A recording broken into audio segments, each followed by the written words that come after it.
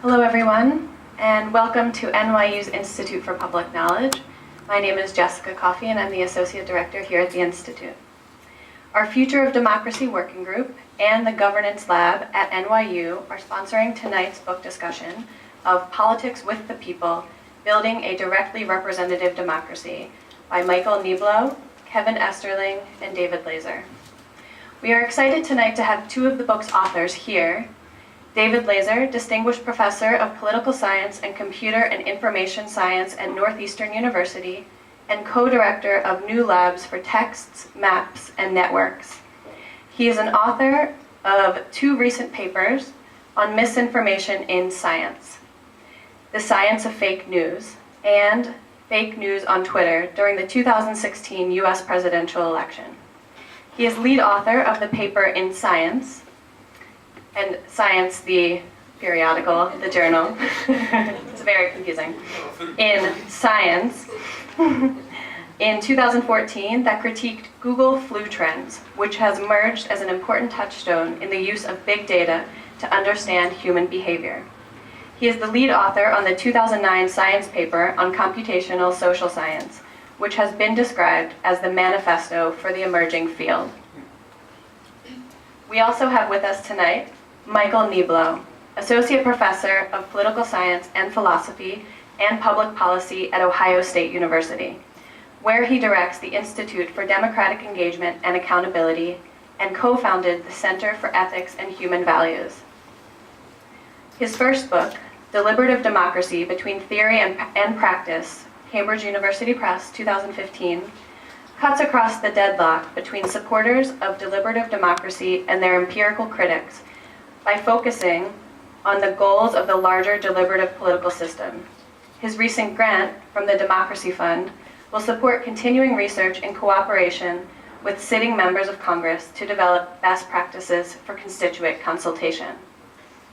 I will now pass the mic to Beth Simone Novak, Director of the Governance Lab and a Senior Fellow here at IPK, to get us started.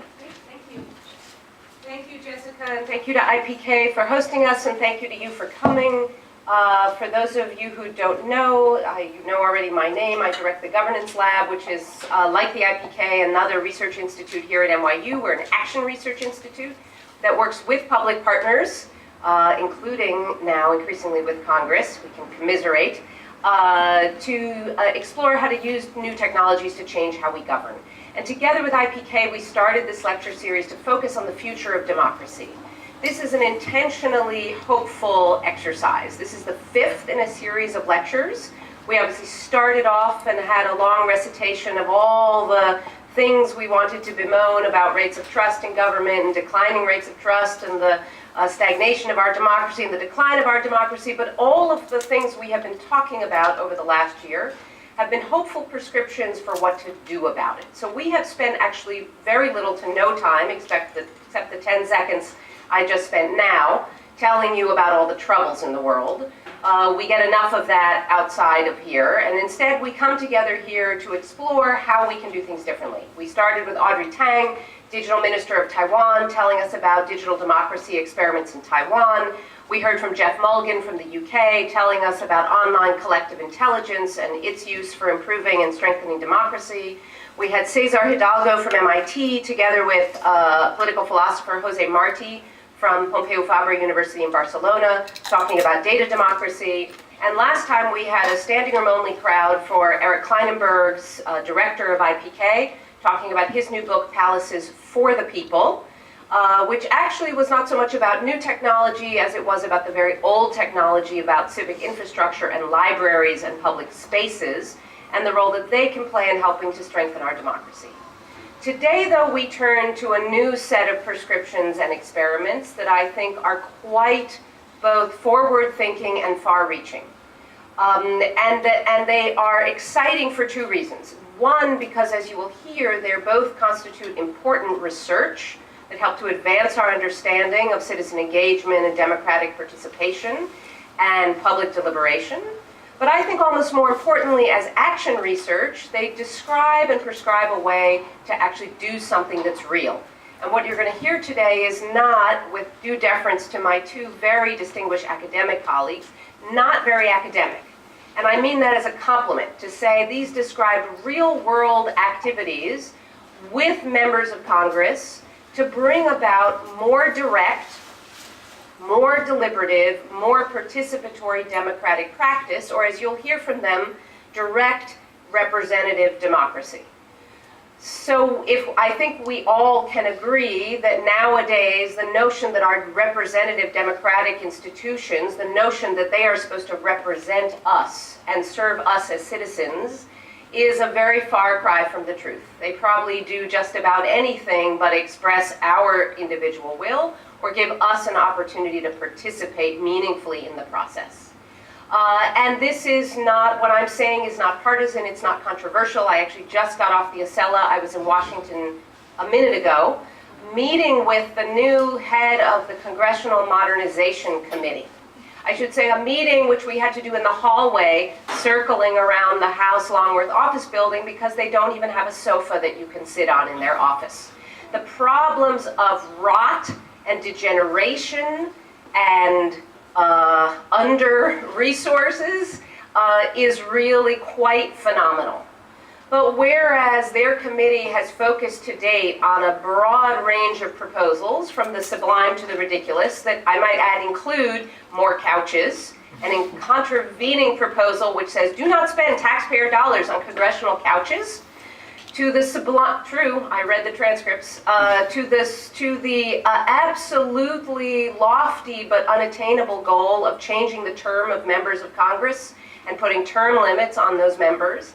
Today we have a set of proposals that represent real practice, real action, and that are something we can hope to do, not 10 years from now, not 5 years from now, that you've already done and that we can hope to do more of right now.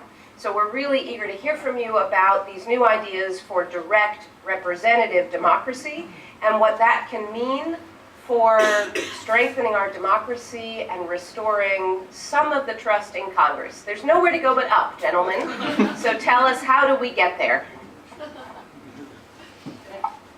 Well, thank you very much. I honestly think that was my favorite introduction ever, because we're often met with incredulity. You did what? That's not real politics. And the response has typically been, what about actual sitting members of Congress talking to their actual constituents about actual pending legislation is not real politics. We realize it's not politics as it's normally done, but that's the point, right? So, thank you very much. I should probably cut some slides. I'm going to interrupt for 1 second just to say, if people are tweeting and you want to share the word of this, we're also live streaming at the GovLab, and we're taking, and if we have a small group, so I think people can ask questions, but if people are online, we want them to tweet questions to what, to the hashtag IPK? Okay, sorry. Yeah, no. So hashtag IPK for questions for people who are not in the room, and at the GovLab on Twitter for the live stream. Terrific. No. I forgot my, yes, exactly, the town, we have our own town hall here. Terrific. So we'll be presenting today, as Beth said, on Politics with the People, Building a Directly Representative Democracy, which is a book that David and I, along with our missing co-author, Kevin Esterling, published last September. Does anybody happen to know what this is a picture of? I mean, beyond the Capitol dome under construction? It's Lincoln's first inaugural. It's actually a fairly significant, historically significant photo. Lincoln's first inaugural was also the first inauguration at which people of color were allowed to attend. And in other pictures from this collection, you can see many different kinds of people mixing and coming to the People's House. And we like this picture in particular for a couple of reasons, but one of them being to echo Lincoln's notion of politics of, by, and for the people, which even in his time, of course, had to be understood metaphorically. But we think more literally that we can aspire to a politics with the people.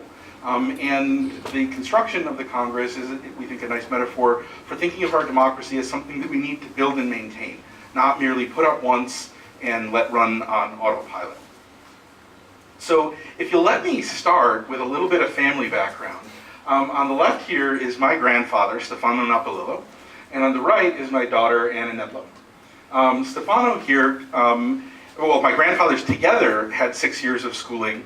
And that includes my other non-pictured grandfather here going through the 6th grade, which means Stefano here had exactly 0 days of schooling in his entire lifetime, was illiterate till the day he died in both his native Italian and his adopted English, and signed his name with an X, which is why my name, Neblo, only vaguely sounds like Napolillo, because off the shores here a little bit when he came through Ellis Island, that's what the immigration officer wrote down. So why am I showing you these two pictures? Well, it's often thought that the founding principle behind democracy is equality, the equal dignity of everybody in helping direct the course of their lives through politics. But if we really think about it, it's a very radical kind of equality. My daughter Anna is in the 7th grade right now. She already has more schooling than her 4 great-grandfathers put together. And yet democracy is the belief, I would even go so far as to call it the faith, that someone like her, who when she turns 18 will have had much more schooling than her great-grandfathers. Turns out her great-grandmothers were much more educated and sort of ran the show for the families, but we can talk about that in the Q&A. The belief of the faith that it's somehow sensible that this young woman who's going to have lots of education go on to do great things and go to college and anything after, she will sort of in many respects leave my grandfather in the dust. And yet when she turns 18, she'll get the same 1 vote that my grandfather got when he came to this country, poor, illiterate, and unaccustomed to the rights and responsibilities of democratic citizenship. But critics of democracy have said that's exactly what's crazy about it, that there's a difference between these two people. And so we're in search for a second principle to go with equality. And this is a picture of the tomb of Samuel J. Tilden. Tilden was the governor of this state. He has the distinction of being the only presidential candidate who won an outright majority of the popular vote and failed to ascend to the presidency. And I don't know if you can, he was a wealthy fellow and had this elaborate tomb put together. I don't know if you can see on it, but it's engraved, "I still trust the people," which when I saw it I thought was very, very funny, in a bit of a swipe at the Electoral College that denied him the presidency. But in political theory, in political science, Tilden is actually known better for something else he said about this question of what you have to pair with equality. He says, "Majority rule, just as majority rule, is as foolish as its critics suppose. But it's never merely majority rule. The means by which the majority comes to be the majority is the more important thing." And so I want to suggest to you that in addition to equality, that what democracies need is quality. Quality reasoning, quality processes, quality campaigns, quality in all manner of the deliberative processes of our politics. And for today's purposes, I'm going to gloss quality as deliberation, since I'm a scholar of what's come to be called deliberative democracy. For those of you who might not have a sense of what deliberative democracy refers to, it's actually really quite simple. Beth, what brand of toothpaste do you use? It's a weird German brand. It's not working. Okay, well, Colgate sucks. You should use Crest, right? If I had really said, if I really meant that Colgate sucks and she should use Crest, Beth might reasonably say to me, "Shut up. I like Colgate. Leave me alone," right? The key idea behind deliberative democracy is that that's fine for toothpaste. But if I'm going to tell you who you can love and count as a member of your family, or I'm going to take your property in the form of taxes and redistribute it for other social purposes, or I'm going to send you or your sons or daughters off to war, then it's not okay if you question me about my positions on issues like this. If I say, "Shut up, leave me alone, that's what I want." That I owe you an explanation that goes beyond mere power, counting heads, money, political office. The key idea behind deliberative democracy is we owe each other an account, that democracy needs quality in addition to equality. Well, on those criteria, we might not feel that things are going so well in American democracy right now. The Senate is supposed to be the world's greatest deliberative body, and that seems more like a painful joke than a reality right now, and that the major parties, when they're not comically behaving, have descended into something that's deadly serious and is approaching a bloodsport. And for their part, it's not clear that average citizens are doing a particularly good job in putting themselves in a position to discharge their duties as democratic citizens. One of the best known and replicated findings in all of political science, is the shocking levels of political ignorance among the average American voter. And in addition to worries over equality, there's deep worries over equality. We might be formally equal in certain respects, but the role of power, and especially money, in politics, I think, calls into question whether either of our core principles are really doing particularly well right now. Okay, now I will stop being negative, because Beth also set that up rather beautifully. That's why I was going to cut some slides.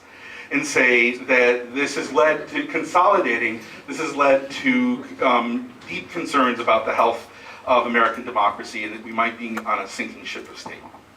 Well, under those circumstances, it's reasonable to think about reform approaches. And we think that there are three main reform approaches going right now. One I'll call hands-on or plebiscitary democracy, sometimes called direct democracy, but I need that word for something else. So the idea is initiatives, referenda, recalls, things along those lines. The other is the exact opposite, what I'll call the hands-off or technocratic approach. The idea here is to insulate the policy process from politics and just let the experts get on with formulating the solutions that we all know in the end will serve us best, supposedly. And then the third I'll call the double down, or what in political science is often called the pluralist approach. And the claim there is that what's wrong with our parties and interest groups is not that they're too strong, but rather that we weakened them through well-intentioned but ill-considered reforms that have led to non-responsible party government, and that we should actually reform back to the 1950s with stronger parties and taking the reins off of interest groups. Well, our view is that all three of these, for some purposes, might have some value, but none of them cut to the heart of what ails the democratic body politic. And so what we propose is an alternative that we call directly representative democracy. And each of those three words is going to contrast with one of the reform approaches that I just talked about. Directly representative democracy is direct versus the double down approach, in that its core normative claim is that you, every one of you, has standing as a citizen or even just a resident of a district or a state before your elected representatives, merely in virtue of being a person who lives there. That you don't have to go through parties and interest groups to have your voice heard. And right now, the worry is there aren't institutions to make your voice heard or efficacious, taken for granted. That's what politics is. DRD is representative versus the hands-on approach, in that we can't all quit our day jobs, and we're not calling for elimination of Article 1 of the Constitution and direct legislation from average people. We're going to primarily work with the institutions of representative government, at least at the federal level, as we find them, which is not to say that some of them couldn't be improved upon, but that's not what we're doing right now in the theory of directly representative democracy. And it's democratic versus the hands-off approach, in that there's going to be a robust role, an important role, for average citizens to play in the political process that goes beyond showing up every 2, 4, or 6 years and checking a box on a ballot, if you bother to show up and check that box.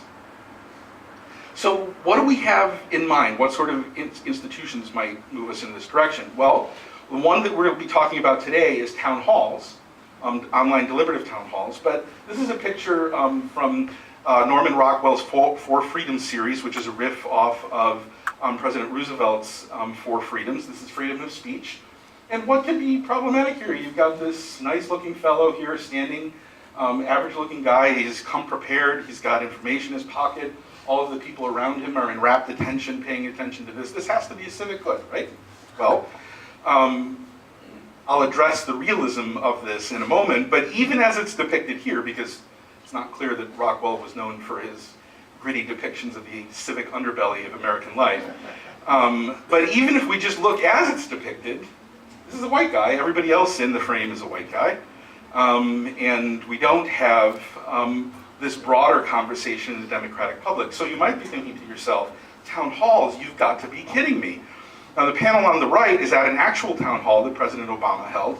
The fellow here, I don't know if you can see, is holding a gun in his holster here, and holding a sign that says, "It's time to water the tree of liberty," which is a quote from Thomas Jefferson that ends with, "The blood of patriots and tyrants." Presumably he's a patriot and President Obama is a tyrant. He's basically threatening to assassinate the president, which is not exactly how we think deliberative democracy should be going here. And average town halls, the ones you've seen on YouTube and maybe even have attended, might not be this bad, but they're not often sort of examples of quality deliberation. And here, I don't know if you can see this, but it looks like the fellow on the right might even be like the radicalized grandson of the genial citizen on the left here, that American democracy has descended over these 2 generations. Okay, so why are town halls not working well?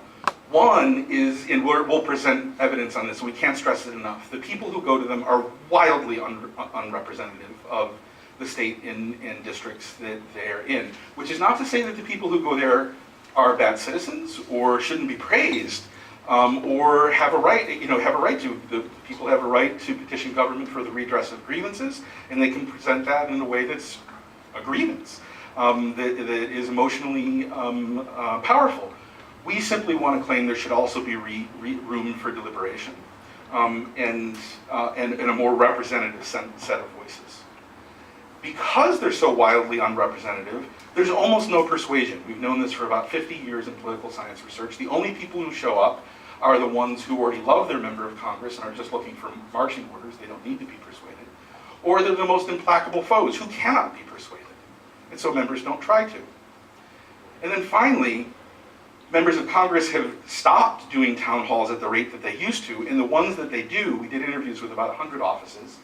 And in private conversations, staffers will admit that these are highly managed events. They try to pack the room with supporters. They filter out questions that might embarrass their member. In general, these are not authentic sort of engagement between elected officials and their constituents, but rather highly managed stage affairs. So in our research, we basically asked ourselves, can we do better? Well, if we're going to say better, we have to explain what better means. And so our criteria, going back to the beginning here, for quality is first inclusive participation. The people participating should look and sound like the American public, or at least the district and the state in which this is, the events are going on. Second, there should be informed engagement. People can't just make up their own facts. There has to be a basis of knowledge and common knowledge in order to move forward on reasoning together deliberatively. And third, we were looking for reasoned persuasion, that people should change their minds or be open to changing their minds, but not merely to be manipulated. Now, the reasoned part is going to be very complicated here, and we'll gloss over that in the presentation. We will show evidence of persuasion. But in the Q&A, if you'd like, we can talk more about that, because we went to great lengths to try to demonstrate what we think was the quality of these persuasive processes. But in addition to the quality of the process, it's got to have an impact. We want to scale this up, as Beth was saying. This isn't just a little experiment on the side. We want this to help change American politics. In order for that to be the case, it's got to be worthwhile for constituents, or they're not going to show up in large enough numbers to affect the larger political system. Similarly, it's got to be worthwhile for officials, or they're not going to show up and participate in numbers large enough to affect the larger political system. And finally, it's got to work at scale. Some of the sessions we did were about 35 people, which is pretty much retail politics. It's got to be able to go to a level that's large enough for members of Congress to feel like they're spending their time well and to affect the larger deliberative system. So I will now turn it over to David to talk about the design features of the experiment. So, in order to evaluate these ideas, we put democracy into the test tube. Actually, we had 3 test tubes. Right? One was the town hall test tube, but then the second one, people didn't get town halls, and then in the third one, they just got some background information, but no more. And we had invited in a total of 2,000 citizens, these are constituents from congressional districts, to participate in these town halls. These town halls were online. I'll give you a little video in a moment. And I said there were these 3 conditions, these 3 test tubes, as it were. Now, if we're studying something, again, we have to operationalize the general principles that Michael just outlined into particular execution. So there's this design question, which in part, might be design of the technology, but it's really about how you use the technology. And so there were 6 key principles that were derived from what Michael was talking about earlier. The first principle was that the participants, the constituents, be informed about the substance of the topic under discussion. Second is that be focused on a particular topic. That goes along with informing them. You can't inform citizens about everything.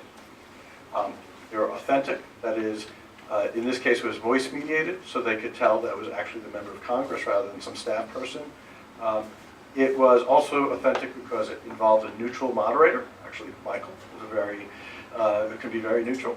Not boring, but well balanced. And so these weren't cherry-picked questions, right? There were tough questions, there were blunt questions, these events were fair. So when people posted questions, they got distributed around, and we had an effort to try to not keep on going back to the same person. I don't know if you've ever been in meetings where one person does all the talking.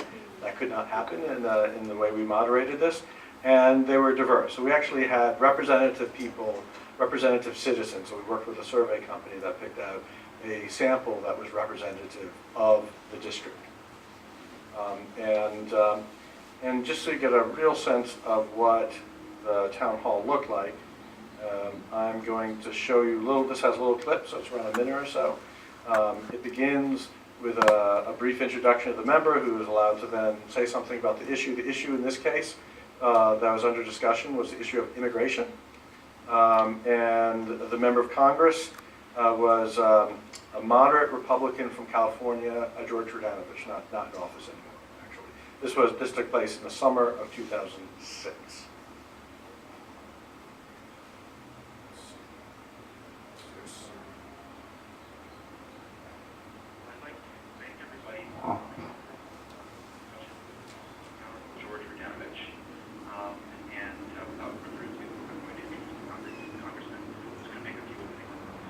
Well, good morning and thank you. My name is George Radanovich. I said the 19th. There's a real-time captionist, so if people had audio problems, they can still participate. Well, during right now, the House voted on a version in December that I voted no against. It was strictly on the border enforcement and didn't feel, I think, was some of the more important issues that Carrie, she had why we spend so much time with immigrants. We have poverty that's bringing right to the world. Well, because the United States is a comprehensive gentle nation, we are not going to allow anybody who is a citizen not to suffer on the street. It's just not what we are as Americans. And so there are a few neat things about that, and I think a lovely sentiment at the end, but also one that was in some sense confronting lightly the constituent, disagreeing with the constituent. The question before was asking the member how they stood on the position on the issue and how they had voted. So the issues of accountability, but also frank discussion between representatives and their citizens was something that was a particularly nice set of clips, but actually it was roughly typical of what happened in all these sessions.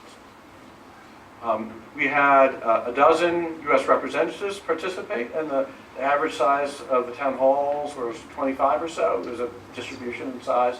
And then we wanted to scale it up in size, and I'll mention that at the end, with the Senator 11. This was a replication of the original experiment. The other dozen talked about the issue of immigration. Senator 11 talked about detainee policy and around torture and the like. And so what did we find when we made these comparisons between the people who participated in the town halls and relative to the two control groups? Well, there are a number of things. And the first thing I'll note was who actually showed up, right? Like Woody Allen said, 90% of life is showing up, right? Well, there's a notion about politics that most Americans would prefer if the system just worked, cleaned up things, as it were, and they could just sit on the couch, right, and not participate, right? If the only reason to participate is to keep the scoundrels accountable, right? And there's a whole vein of literature in political science that makes that suggestion. Our data were not consistent with that in multiple ways.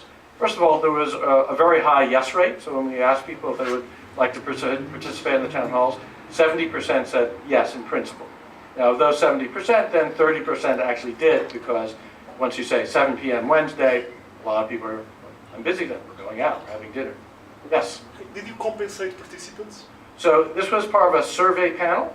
So participants this was a company called Knowledge Network, so it's just been gobbled up multiple times now. It's part of Ipsos.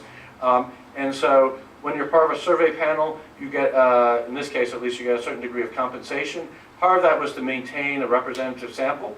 And so if you give people compensation, then it helps maintain the representativeness of the sample. Indeed, one of the things they did was give people internet connection if they didn't have internet connection. So very high yes rates, very high cooperation rates. But what was really striking, there are a few things. In terms of the people who showed up, demographically, they were actually more representative of eligible voters than actual voters are. So think about that, because actual voters are not representative of eligible voters. They're biased in terms of race, gender, income, education, and all the standard predictors, with one exception, cut the opposite direction, right? The one exception was education. And that was not just about with respect to attending, right? It was also about speaking up, because there's a pretty powerful critique of deliberative democracy that the people who actually end up speaking up in groups aren't representative of the group, and in particular looking at gender, that men speak up too much relative to their share of the floor. And in part because of the design of the system, there was no relationship between gender and questions being asked. There was no relationship between class, education, and the like. And the other thing that was pretty neat was that another finding is that those who are most cynical about politics, right, who had the most systemic skepticism, they were the most likely to show up, right? Because they're like, I don't participate because I don't believe in the system. But when invited in, they're like, oh, the system's a little different than I thought. So that, again, was a very satisfying finding. So other results, big increase in knowledge, as consistent with prior research. The baseline of knowledge in the control group, really low. I mean, actually, essentially zero, right? People did as well as flipping a coin on these multiple choice questions. There were 20% jumps in knowledge around the issues, and this was in part because of the accountability of actually showing up to these events. It wasn't just that these were things that were mentioned by the member, and it wasn't, and all types of people, again, this wasn't just like a subpopulation, like those who already knew about politics, the winners, people who are those that have get. We actually found a pretty systematic improvement in knowledge across the board. There was persuasion, and we'd argue reasoned persuasion, so this is one of the things that makes it worthwhile to members to do, but there was movement towards the member on the issues. So on immigration across a variety of dimensions, there was like a 14% shift towards the member, and on the issue with Senator Levin, there was a 9% shift on the issue of torture. It was worthwhile for constituents. The comments, we had open-end comments, and we coded them, classified positive, negative. They were almost all positive, around 85% or so positive. And most of the negative ones were things like, I had audio problems, I had tech problems. It's like, we all have tech problems, so that's just the fact of life, unfortunately. But 95% said, this is valuable for democracy. 97%, 97% would like to do another one, right? Like, how many people want to do the same thing again? Like, the degree of enthusiasm about these events was palpable, right? Quantitatively, qualitatively, just incredible enthusiasm. It was worthwhile for the members. There were increases in trust. Trust of the members is really important to them politically. Increase in approval ratings. And really, quite remarkably, just from a scientific point of view, and substantively, was that we looked whether they were more likely to vote for the member 4 months after the event took place. And there was a 10% jump. And to give a little context, most social psych experiments done in the basement, you're lucky if they last 4 hours in terms of the effects. So the notion that this could actually move and change political behavior 4 months later is pretty remarkable. Not only that, not only they're more likely to vote for the member, they're just more likely to vote, period. this scales up. So and there are multiple ways. We did this with Senator Levin. So the smaller events were around 25 people. With Senator Levin, there was 175 people. Once you get to 175, actually the experience doesn't change much more if you go from 175 to 2,000, because the odds that your question will be asked are pretty low when you get to 175. But the fact that it's happening synchronously, and the fact is that probably someone else will ask a question sort of like your question, somehow made it powerful, and the treatment effects were almost identical. I mean, a different subject area, which was surprising, because a different subject area, different sample, and I won't get into the weeds right now, but like the sample, it was a different kind of more politically interested sample of people, and yet we had very similar effects generally. And the other thing we did, and this was set with the bigger session, was that we did a social network examination of how the message and how the experience rippled outwards from the online town hall. So we asked people before, who are the people you talk to about politics? And then after we asked them, did you talk about Senator Levin? Did you talk about detainee policy? And we compared that to the control groups, where the baseline was essentially zero. You know, it's not people; these are not things people generally are going to talk about a week later, in the next week. But we estimated for the treatment group that for each were affected outside of the online town hall. And this is a conservative estimate because we're only asking about 3 of their friends. We're not asking about everyone, right? And then we're also not asking about further ripples. We're not asking their friends, you know, who did you talk more about Senator Levin? So we estimate that, for example, if each member of Congress did this for, let's say, 2 sessions a week, 2 hours. Now note, this is really just 2 hours. So they're not driving anywhere for a town hall or wherever. They can do this in the luxury of their family room if they want, right? They can do this anywhere. They can do it in a car while they're driving. If they did this a couple hours a week for 6 years, they would actually reach roughly a quarter of their electorate. So it's one of those things, if you imagine just a consistent maintenance, it's going to build up. It's going to affect lots of people, and also it's just going to affect, we hope, and this is more conjecture, but educated conjecture, the more general tenor of discussion. And the other things that the other thing I'd mention is just this also sets up sort of a discussion amongst people, right? So it's not just a conversation between members and citizens, but it's setting up a conversation amongst citizens and amongst, it creates connections across diverse people who have different priorities, but are all participating in that same online town hall. And we just don't get enough of that in our democracy. So, for all of this, and this all did take place in 06 and 08, the question you might ask is, what's next? So Mike, what's next? Okay, I'll try to go quickly here so we have time for questions and discussion.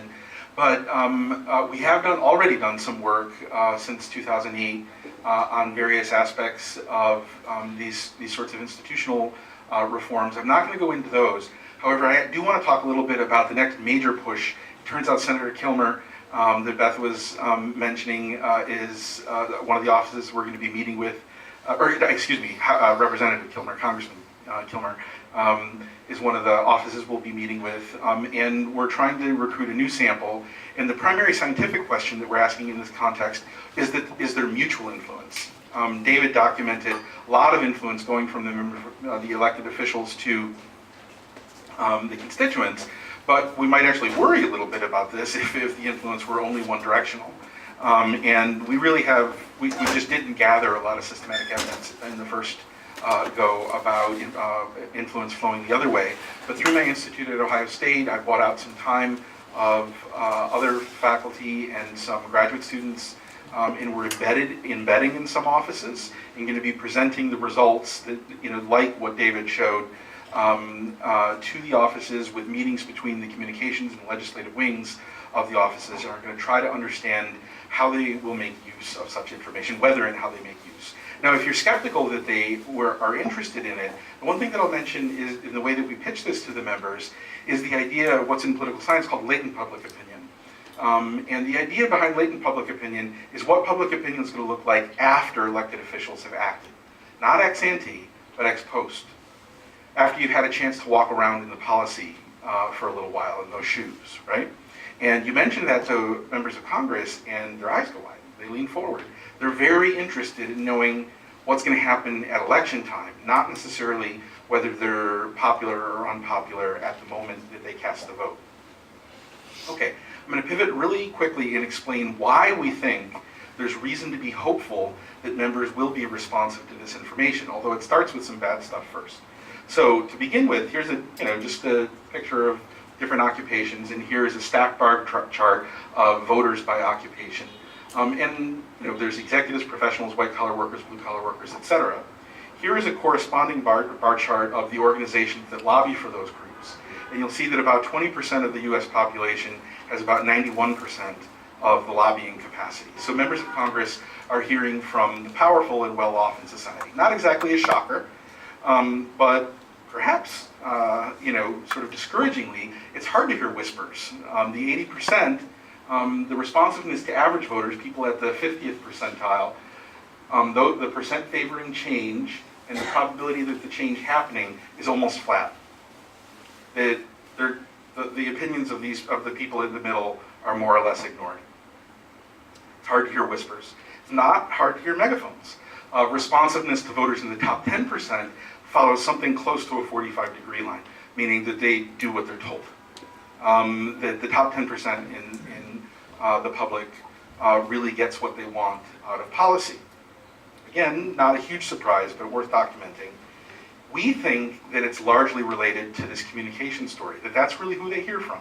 And we'll explain why we think that that's important and relevant here. In addition, constituents preach to the choir. Even if you're not one of the powerful and the wealthy, it turns out you're dramatically more likely to contact or try to influence your member of Congress if he or she shares your party. That you basically leave the other ones as a lost cause. Not everybody, of course, but the off-partisans tend to be the most ideologically extreme and aren't often very influential on those members, and the members tend to be fairly dismissive of them. So they're really hearing from a very distorted, highly selected view, sample of their constituents. And here's the upshot of this. I don't know if people can see it in the back, but these are 5 graphs on carbon regulation, repealing the Affordable Care Act, gun sales, infrastructure, and a $12 minimum wage. On the x-axis here is staffer. These are congressional staffer estimates of how much support there is for these 5 policies in their district or states. And on the y-axis is a good estimate of the actual support. Now, if they had good information and really understood what was going on in their states, the dots should cluster along the dashed diagonal line here.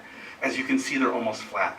There's almost no effect of the actual distribution of support in states and districts on the estimated or perceived level of support. And moreover, as you can tell, these go red to blue or blue to red, meaning that you're hearing from the people that agree with you to begin with, and reinforce the notion that huge swaths of the district already agree with your position. Democrats think that the Democratic side has all the support, and Republicans vice versa.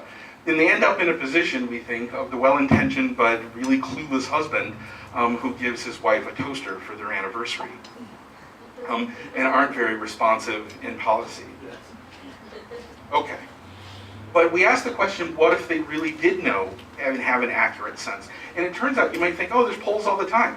There are national polls. And we talk to the members, and they say, I don't care what the national polls say. I want to know what my constituents think. And they can't, especially in the House, they cannot afford to do polls on a bunch of issues, or any issues really, at the level of congressional districts. So some political scientists, not us, did this really wonderful, interesting experiment. This was at the state level, where the randomization was a random field experiment, and the randomization was whether they simply informed the office they did pay for a high-quality poll at the district that could disaggregate to the district level. And they just randomized whether the office got the information about where their district stood. Unsurprisingly, if the office did not get the information, it's flat. They're not responsive to it. Here is if they got the information. They were highly responsive to it. Now, this is one issue. It's at the state level. We don't want to overgeneralize, but we think we have reason to think and to believe that there's reason for civic hope. And more to the point, the directly representative Democratic reforms that aim to arm the elected officials with high-quality information about the informed opinions of their constituents will actually lead to democratic responsiveness, and we think ultimately healthier body politic. So let me end by saying thanks to Beth for inviting us, to all of you for your time and attention, in advance for your questions. So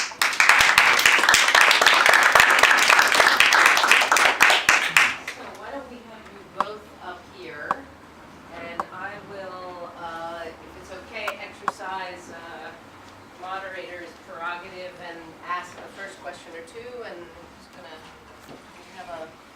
give that to you to see. We'll have people join, and I have so many questions. I'm trying to decide where to start. I've made such a long list, but nobody else will get to ask anything if I do all of these. So let me start first with the more academic question and then the more practical question. So the sort of more academic question is, obviously, to some extent, this work is in conversation with and in reaction to Jim Fishkin's work around deliberative polling. And I'm wondering, thank you. That's not on. That's okay. I'm very loud. So this is in reaction to and in conversation with Fishkin's work around deliberative polling. Oh, sorry. The flower. And I'm wondering both in terms of the nature of the experiment design, the nature of the prescriptions. You write about this, but I wonder if you can say a little bit more. Just situate yourself against kind of that tradition that you're coming out of, what you see as having been the shortcomings there, and what you see as being the benefits here. And I'm going to give it a twofer while I'm doing the academic question. Because on the one hand, there's sort of this school of thought around deliberative democracy that's been represented by these experiments around deliberative polling. On the other hand, there's also a new body of work that's often characterized as what we might call epistemic democracy. And there are people like Helen Landemore at Yale who has a new book about to be out or soon out, or just out, and others who've written in this vein that essentially tries to make the case that we want to actually try to maximize for what, this is a mischaracterization to some extent, but I would put in my own words, we want to take more advantage of what people know. This is very much still about representative sampling as opposed to being about either self-selection or the epistemic value of people to participate differently because they may be a truck driver or a doctor. And I'm wondering if you can just situate yourself a little bit in conversation with these two literatures, and then I'll ask you something more practical. That is all you. Okay, well, it's not all me, David. That's why you realize. Yeah. So interestingly, in the next issue of Perspectives on Politics, there's going to be a critical exchange between Jim Fishkin and us. We reviewed each other's books and then got to reply to each other's reviews. So one answer is, wait a couple months and you'll be able to read that. But I can give you perhaps a few more satisfying points. The first thing to note is that we think quite a bit of what Jim has done is very valuable. I'm not going to get up here and just trash what Jim has done. That said, we do think we have real and substantial and multidimensional value added over what he's done. The biggest one being that for the most part he doesn't involve elected officials, or if he's involving elected officials, it's as spectators. And that this is vertical deliberation, it's direct deliberation between elected officials and their constituents, and part of our thought is to reform how representative institutions that we have on the ground work right now. Whereas I think he's trying to scaffold onto representative institutions from the outside, which again I add, we think is a valuable exercise in certain respects. But that, I would say, is the first big difference. The second big difference is that typically he looks at a large polity, let's say the entire United States or the state of Texas, if it's some sort of Texas-related issue. As I mentioned, one of the things we hear constantly from elected officials is, I don't care what the national polls say, I want to hear about my constituents. Similarly, I don't care what the polls on all of Texas says. If you're a state senator in Texas, she wants to hear what her Senate, the constituents in her Senate district believe. So I think that's a second big difference between Jim Jim's position and ours. The third might be getting into the weeds a little bit, but in my first book I developed my own version of a systemic conception of deliberative democracy, where what we're doing here is just one bit player in a larger system of trying to reform the quality of talk-based politics in the courts, in lobbying, in campaigns all over the place. And that this is, we think, one very valuable piece of low-hanging fruit, but it's part and conditioned upon a larger context. Jim, for the most part, is really, he's got this tool, and it's a powerful, flexible tool, but that's his thing. Whereas we're trying to see how this can ramify and ripple through the larger system. That's all I'll say for Fishkin, about Fishkin right now. As far as epistemic Democrats go, and Ellen and other folks along those lines, I think she's brilliant and does great work. And am persuaded and have actually moved to be a bit more epistemic than proceduralist by the force of her argument, actually. So how does that relate to what she talks about? I've talked to her about it. I think she likes what we do and thinks that it is deploying, it's getting people to shift out of their intuitive gut reactions and start thinking, to share, to elevate voices that are typically excluded or marginalized, doing all the sorts of things that an epistemic Democrat would want to be done. So I think there's reasons to think we can make better decisions that an epistemic Democrat would value. Epistemic Democrats, the idea is there's a right decision, and the reason democracy is good is not because we're all equal, it's because it helps us make better decisions. And if it doesn't help us make better decisions, maybe we don't need democracy. Now, they think that it will help us properly set up, and I think that's why she appreciates some of our work, is that we're helping warrant the notion that democratic practices will make good decisions. So two quick, sort of two-parter back to you, and I want to come back to a piece of this here, to David, really. So one is, I'm wondering if you could reflect a little bit on the kind of conversation that it was possible to have and not have in the town hall context. I'm not talking about immigration versus torture. I'm really talking about, and this gets a little bit to the question of, you obviously talked a lot about being fair and balanced and neutral and how you selected the questions, but there's a contour or context to the type of conversation. And this gets a little bit back to what I was asking before. So the epistemic notion is both about the idea that there is an outcome, which is somewhat missing from some of the procedural approaches. But some of the epistemic, this is a little bit what I'm talking about when I talk about who's participating, what they know, what they come to a dialogue with. This is not necessarily designed to take advantage of that specifically. So I'm curious whether you have any reflection on the town hall as a model in terms of setting expectations going forward for scaling this. These are the kind of conversations you can and can't have. This is what you can expect to get from people as opposed to say to them. Anything you can say about the quality of the conversation.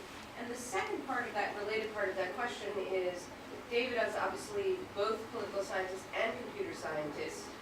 Now in a next generation of technologies, with the advent of, we were talking a little bit before about artificial intelligence, what is the next set of experiments you would like to do? Congress is so far behind that doing the town hall is already a big leap. But if, 50 years from now, what would you hope that the next set of experiments would look like? Well, let's hope it's 5 years from now. The next set of experiments, what are the new tools?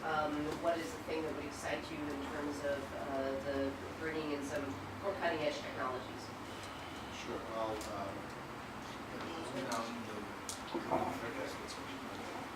Starting to get something to happen there. So, okay. So let me give some quick reactions to that. First of all, and we didn't go into this, but we did evaluate. There are some metrics that have been developed to evaluate deliberative quality. It's called the DQI, Deliberative Quality Index. But in part, it's about, like, are you giving a rationale for why you believe something? Are you providing facts? Is it just appeals to emotion? And these were the first thing I'd say is, was very high. higher actually than you see for congressional debate, which may not be a very high standard, but that there was something about, and part of the, and if you listen to these, actually, you feel pretty good about democracy. I mean that's a gut thing, but we listened to all of these, we participated in all of these, at least on the flies in the wall. Mike was the neutral moderator, but the rest of us were listening. And these were remarkably high quality events. And it's true that this was not a sort of collective intelligence task where everyone in the group had their bits of specialized knowledge about immigration, say, because in fact they did not know much about immigration, but they also did have certain perspectives or views that they offered, so they had obviously had privileged access to their own predispositions about what should be done, and presented that to the member. Like we saw, why are we spending so much in illegal aliens when we have so much poverty at home? Right? That was a perspective on the issue. The member reacted, and that was a totally legitimate exchange that one would want to have. But in any case, the deliberative quality was high. It was also high, like we had a very light-handed moderation, which was, we went with the top question being asked as we queued them up, and like it was done in temporal submission, except for a few exceptions. Number one, if they were redundant with prior questions, we skipped it. Number two, if the same person, we would try to go to new people before we repeated questions.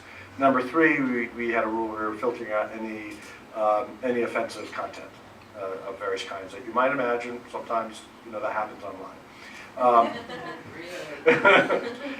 So you say, really? So there were 1,400 questions submitted or comments.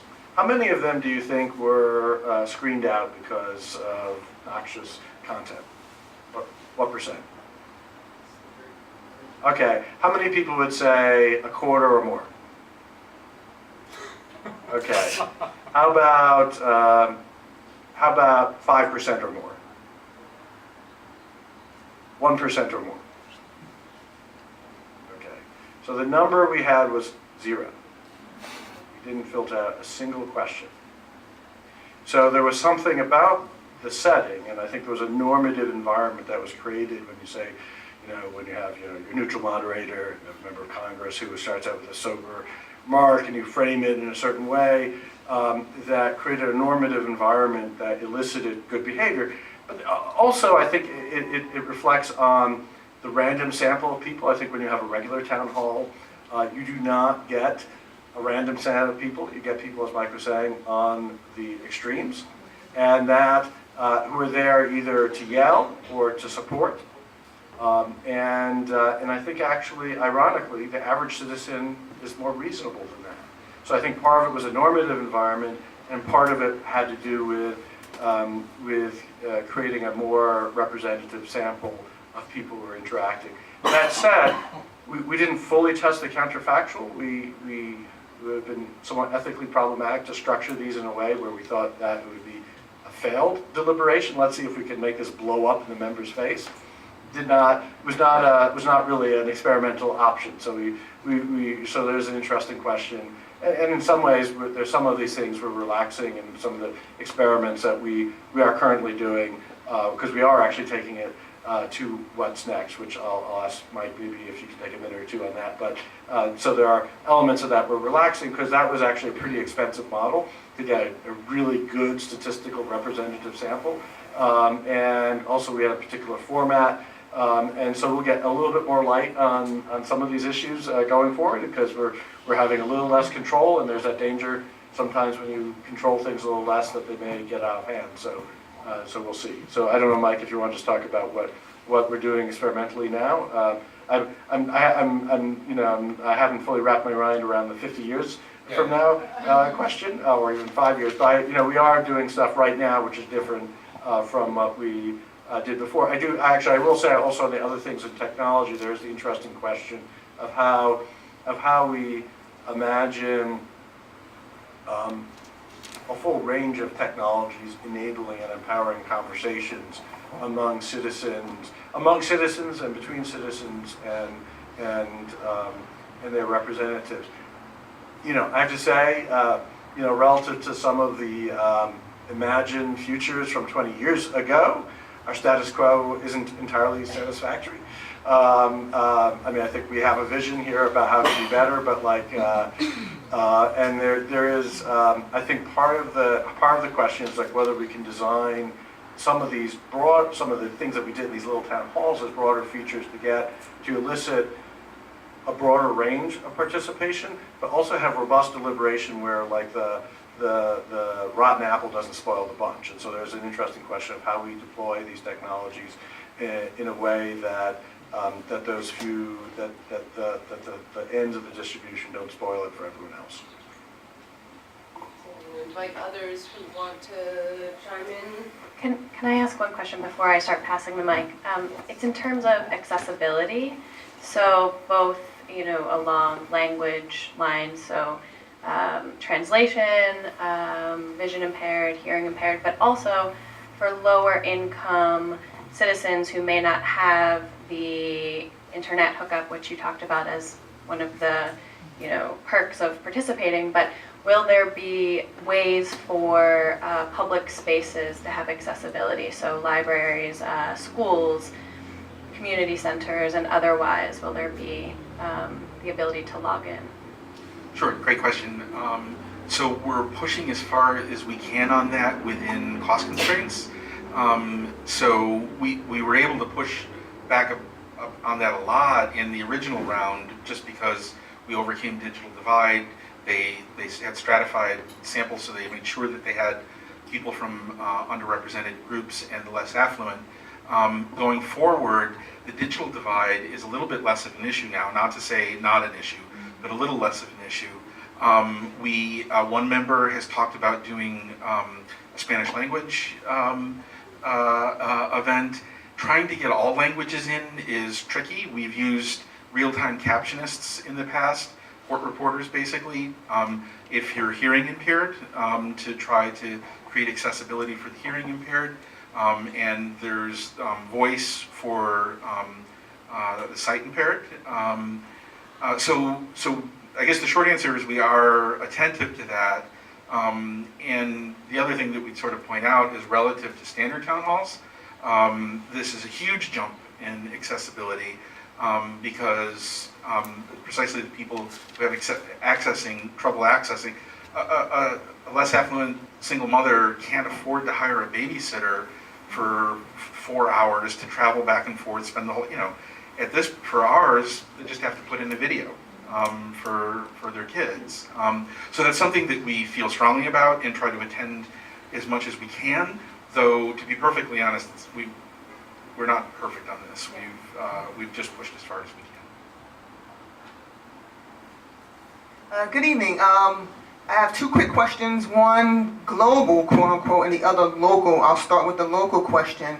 What influence do you believe your work will bear out on scenarios like what happened in the Florida and Georgia gubernatorial elections in terms of polling? And the global question will be Brexit. A couple of years ago, the natives there voted in favor of it, and now they're trying to execute it, and they're encountering all kinds of obstacles. So I would be interested in hearing your thoughts on those two subjects. Thank you. So the real quick one on Brexit, I literally would bet my house that if they had done deliberative events ahead of Brexit, they would have voted down Brexit. I realize it's cheap talk. I can't bet my house on that. But everything I've How about your citizenship? Except for the symbolic sort of insult to saying that I would threaten my franchise, yes. That's how strongly I believe that. I just think it's almost certainly true. As far as you said Florida and I just use those two as an example, the gubernatorial elections in Florida, and especially Georgia, because that's gotten more coverage, but also Florida, because that would be the one I have somewhat of a connection to, so I just threw that in there. So what, why don't you take that one? Well, there are a few elements to this, and one element is I don't think, I think this is what we've put down here is resolves or addresses some issues with our democracy. And there are a lot of other problems that it doesn't especially address. Maybe Mike, you would disagree with that, but I think the issue, because you're talking about like some of the issues around access to voting and so on. I think, I mean, I can give you a long list around, inequality, education, et cetera, which have manifest implications for our democracy, which this does not particularly directly connect with. I will say my hope is that if we enable more conversations across lines, because as I said, one of the things that these town halls did was connect citizens to each other, at least within their district, to a more diverse set of people than they see on their daily life. And I think that it's one of the things that you hope results is a degree of empathy and understanding for people who have different positions than you. I can't promise that would resolve if we had been doing this for a decade, that this would have dealt with the clear strategic power politics that was at play in Georgia and Florida for trying to manipulate the franchise in ways that would, or access to the voting booth in ways that would advantage certain parties. But I hope it would move things in the right direction. But I also think there are other kinds of interventions, honestly, that would be more important in the short run. Okay, so one quick comment before I pass the mic. Like with Georgia especially, like when most people think of the state, they think of Atlanta. But there's way more to Georgia than Atlanta. Like, so yeah, there's town halls in the major cities, but like in the rural areas, like say along the Georgia-Florida border or along the Georgia-South Carolina border, was polling occurring there? Was outreach taking place there? That was the point of my question. Oh, I see.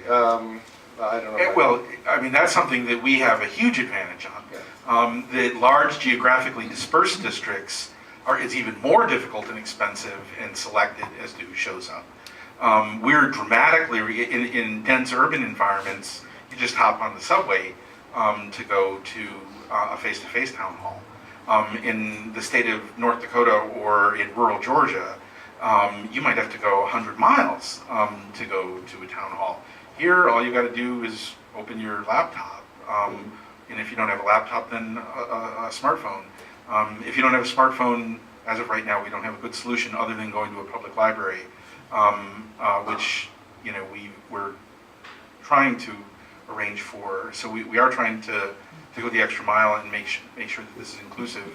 And then the other thing I would say is, just to amplify something David said before, is that these sorts of events mobilize people who are traditionally marginalized and feel demotivated in standard politics.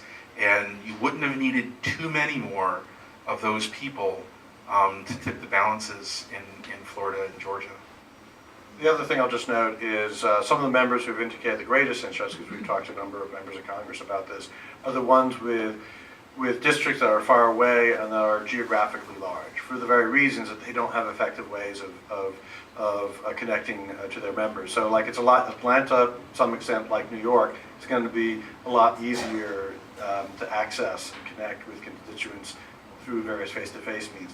A lot harder in more remote and areas and rural areas. So. In fact, it's the state capital too. Yeah, exactly. Hi, I'm Michiel Stapper. I'm a visiting scholar here, and I found that talk very inspiring. It was really great, and it reminded me a little bit of an experiment by David van Rijbroek. He's in Belgium, from Belgium. And after the Belgian political parties failed to form a government, he did a similar experiment without the digital option. But he was also very surprised how reasonable people were to each other, so that's great. But he also paid the participants to come to his event. And I was wondering, how difficult do you think it will be to persuade participants to do the digital town halls? And another question is, I study citizen participation in urban development, And one of the most frustrating things for citizens is that they don't know really what happens with all the input.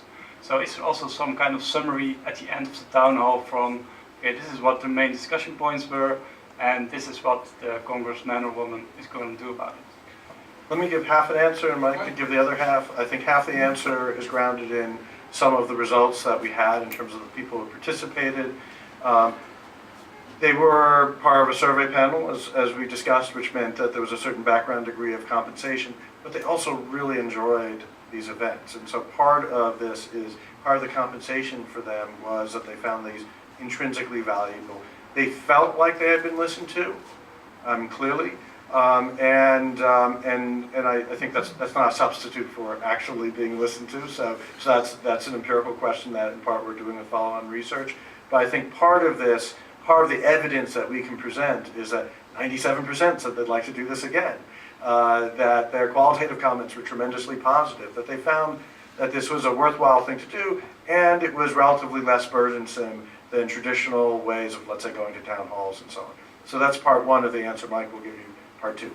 Okay, so there's two parts of part two. The first part of part two is that we did a question, a survey wording experiment, where we varied whether you were talking to your member of Congress, a local official, or an expert. We varied whether it would take an hour or all day. We varied whether you could participate online or it was in person. We varied whether we were going to pay you, what level we were going to pay you or not pay you at all as an honorarium for attending, and it varied what the issue was versus important issues, things along those lines. And we permuted it. It was a 68-cell experiment, but we had lots of respondents. And the upshot of that was, at least hypothetically, this was a hypothetical invitation to deliberate, that paying people mattered, that it was statistically and substantively significant. People take the money happily, but it was not as large as several of the other factors. And so we think we've got some empirical evidence to suggest that it won't be terribly sensitive to price. And then the second part of the answer is we're experimenting with it. The idea, we want every member of Congress to do one or two of these a week. That's our crazy brass ring version of this. And if that's going to happen, either a foundation's got to dump a whole lot of money on us, or we've got to find a way to cut costs. Are you watching? Yeah, we're open to that solution as well. But even if you want to do that, we will use your resources efficiently and well. And so we're experimenting with different ways of doing recruiting that are less costly, that don't necessarily yield the gold standard representativeness that we had in the first round. And basically what we want to do is map the possibility frontier of that. And we think it's entirely plausible that as long as you just have safeguards so that this can't be crashed by people who is a group that only cares about pot legalization, or Indivisible or the Tea Party organizing, trying to disrupt town halls. That's their stated goals in some cases. As long as you can hedge against that, that you can probably construct, especially if you weight the responses afterwards to help it make the averages more representative, that we can cut costs a lot. But the answer is we're going to see. Well, by the way, are there any questions online? I don't know if anyone's looking at the. If any of you on Twitter, if you're watching this, you hashtag IPK. So if you just look at hashtag IPK, we'll go on, but then we'll revisit whether there's anyone on Twitter, if there is anyone out there. So was there a hand way in the back? There are a couple, Mike. Oh, sorry. You're in charge. Yes, David, Mike, thank you very much for all this insight and for this wonderful research that you have been doing. I really like the one thing that you mentioned about creating a two-way conversation, right? And to be sure that you are really creating with this kind of mechanisms as the town hall, this conversation. And I was wondering in this sense, as an academic, but also as someone who knows very well the public administration, I'm always very worried about the capacity that public institutions have to digest all this information that you can have after organizing these kind of initiatives, right? Yes. And I wanted to ask you, so how do you think that we can measure success in this sense? And which kind of experiments do you think that we can do to be able to know if these institutions, after doing initiatives like town halls, like these ones, or face-to-face ones, are able really to take advantage of this? Thank you. Great. That's a great question. When you say measure success, you mean success on influencing the empowered institutions, Yes. right? Okay, good.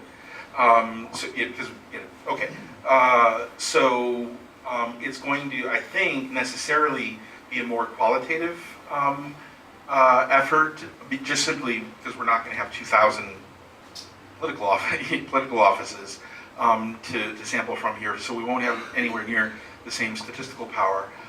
But part of the idea, we actually are going to try to look at roll call votes. I showed you that experiment about the different voting behavior of the offices when they were provided with high quality estimates of public support in their district versus not. So that's one of the things that we will take a look at. Then, and this is sort of going back to Landemore, because we have representative government, it's not obvious that in every case a member of Congress or elected official should do even what the sort of considered opinions of their district are. I think that they should be given great weight, and especially in situations when we don't think that there's some technical component to the policy that the public might have trouble grasping, versus something where this is largely a values issue. And if those are the considered views of your constituents on a values issue, that there's ever a reason to think that they can grasp the basic technical and factual knowledge necessary, personally, I actually think at that point it should have almost dispositive weight. So another criterion of success would be looking at the kinds of cases where this sort of information is influential on the voting behavior of the offices. In addition, I think that there are broader representational activities than merely roll call votes. It could change the way members talk about the issues. And I don't mean talk about the issues in the way of manipulating things, but if you talk about immigration in a way that refers to immigrant populations as, forgive me, I work very, very hard, and it's important for my work that I not be political, but I'm going to take it as normatively uncontroversial that we shouldn't be talking about immigrant groups as racists and having diseases and shithole countries and things along those lines. This is just not constructive politics. That if the members of Congress begin to talk, even if they haven't changed their mind on the matter, in terms of flipping their vote, if the way that they talk about and a given issue raises the quality of public discourse, their reasons are stronger, their acknowledgement of legitimate opposition is higher, things along these lines, I would consider its success as well. And we're going to even be able to evaluate weaker things, which is, did they just have a serious discussion about it? Was this taken into account, whether or not it was decisive in the end? Did this inform their judgment? And I would love to hear if you have other ideas along these lines, but this is sort of what we've brainstormed before. We're not in the field yet on this.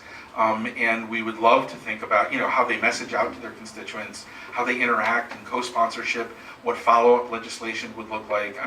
We brainstormed this, so I have a list somewhere, and I don't think I'm faithfully recovering the entire list here. But is that getting it? And part of what I would add is, like, if we get earlier in their pipeline of thinking about an issue, right? So it's like with immigration, we did it after they voted and so on. And so I think that's still important because there should be a degree of discussion and accountability for what they've done. And that's part of the equation, part of the magic of DRD, of directly representative democracy, is this accountability element. But there's also this element, the member doesn't start out as knowing what to do. And I think this becomes most powerful, I would hypothesize, when they're still forming what they should do, because I haven't locked into certain statements, certain positions, and so on. And so I think that's the element of being able to, like, if we can get enough members to do this, to see if that alignment, that responsiveness curve sort of kicks in, and whether we get members behaving differently who participated versus who didn't, controlling for partisanship and so on. But I think that's likely, that the treatment effect on members is likely to be greatest the earlier we do it in the discussion.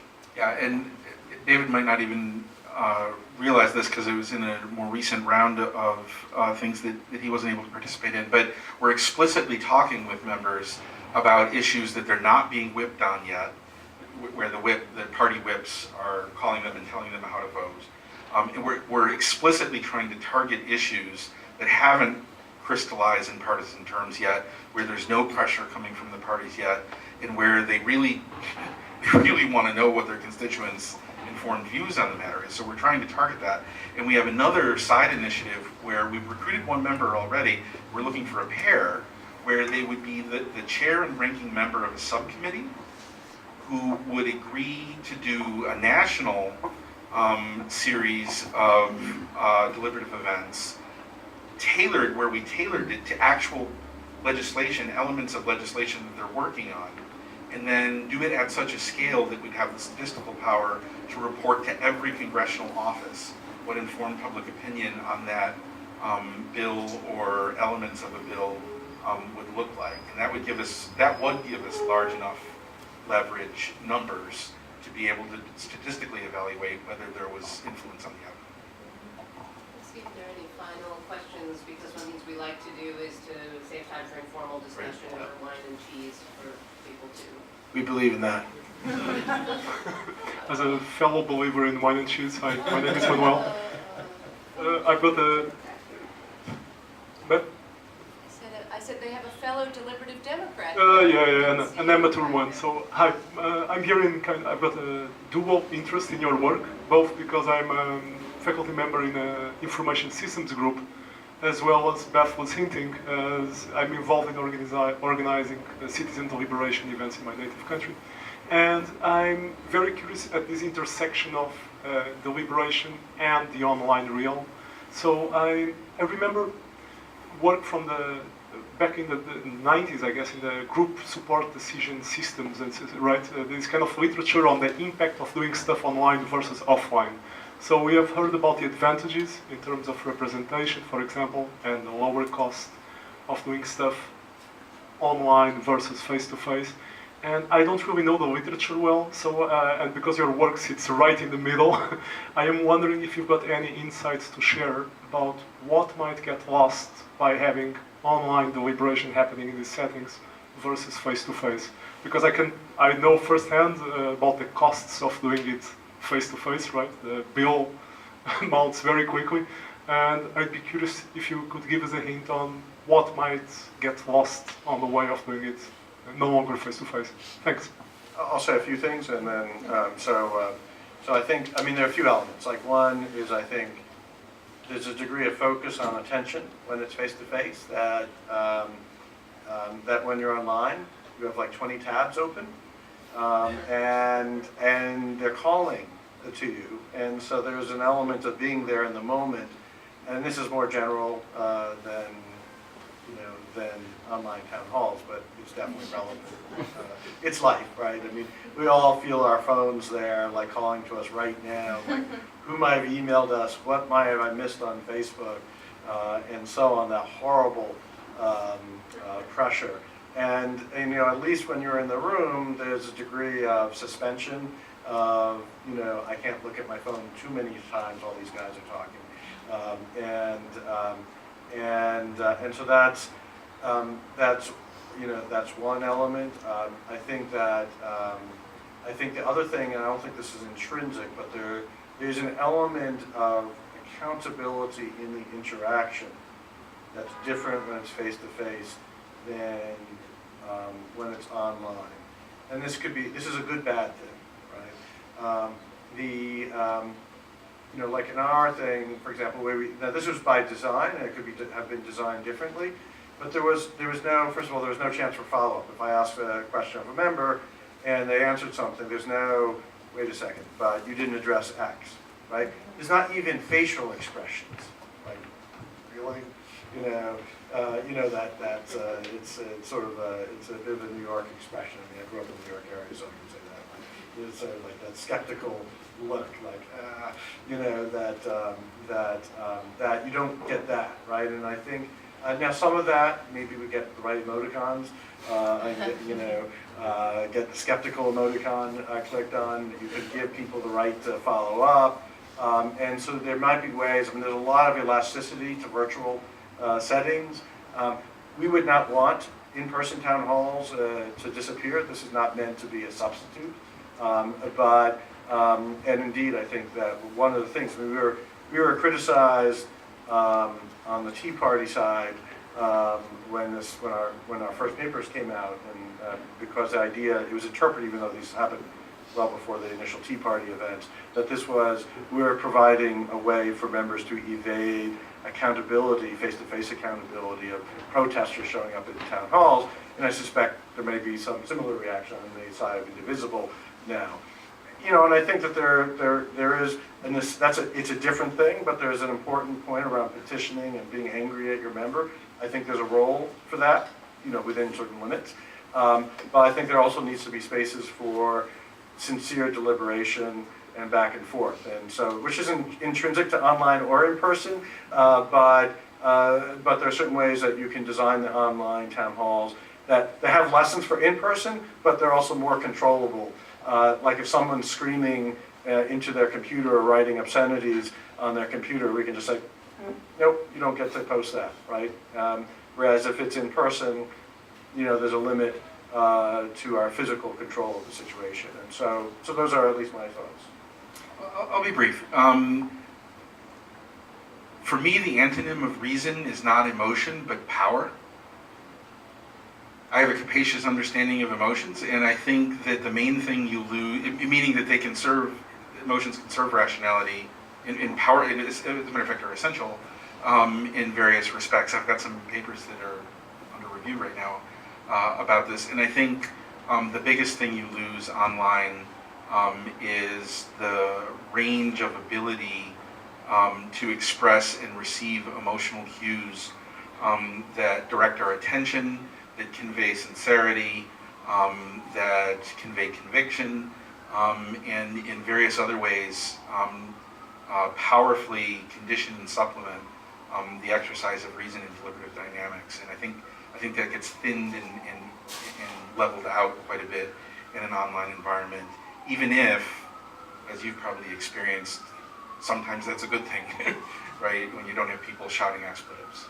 Close us out with a 30-second story of how did you get this done? Because I can tell you, again, I was in Washington the other day and they held up the House Rule Book and they said, the House Rule Book is from 2008 and we haven't been able to update it. How did you manage to get all of this done with so many people? What did you give them? We have to give credit, actually. We actually This is have important. credited. And so let me say, everyone, the Congressional Management Foundation is one of the best nonprofits in the world. They are a wonderful nonprofit devoted to, or founded by two former members of Democrat and Republican. Staffers. Staffers. 40 years ago, roughly speaking, who observed that you don't get elected to Congress because you can manage anything you want. And so they're devoted to helping members better manage things. And they're terrific, civic-minded nonprofit, and they were devoted to the notion of helping members do democracy better, and that they were really our snowplow in terms of dealing with the rules issues, getting members on board, and so on. And so, they're amazing. And so that's not a very pithy or great story, but like they're just a really, it's about a wonderful organization, wonderful people. I can do mine in less than 30 seconds. The staffers are at least as important as the members. Yeah. In some cases, it's better to start with the staffers. And we're gonna have dinner together. I can flesh that out. But the bosses are oftentimes buzzing and confused, and the staffers often have more time and can know how to pitch things to their bosses, and almost always have their best interests in mind. And the ethics committee can talk to House administration So CMF was very much our entry into that, but these days I'm largely operating independent of, not independent, but with less reliance on CMF, but we don't contact any of the members direct. We always try to find an entrance through the staffers. We'll have more war stories after a drink. Well, we'll have to disseminate those more broadly. But for people who want the full story, please check out, go back to the first slide, Politics for the People. With the people, sorry, for the people, by the people, and with the people. And now, apropos with the people, how about some wine with the people? Can I just say one more thing? No. Politicswiththepeople.com. We have the first chapter for free. All the papers are posted, and it's really reasonable on Amazon right now. $22. It's a steal.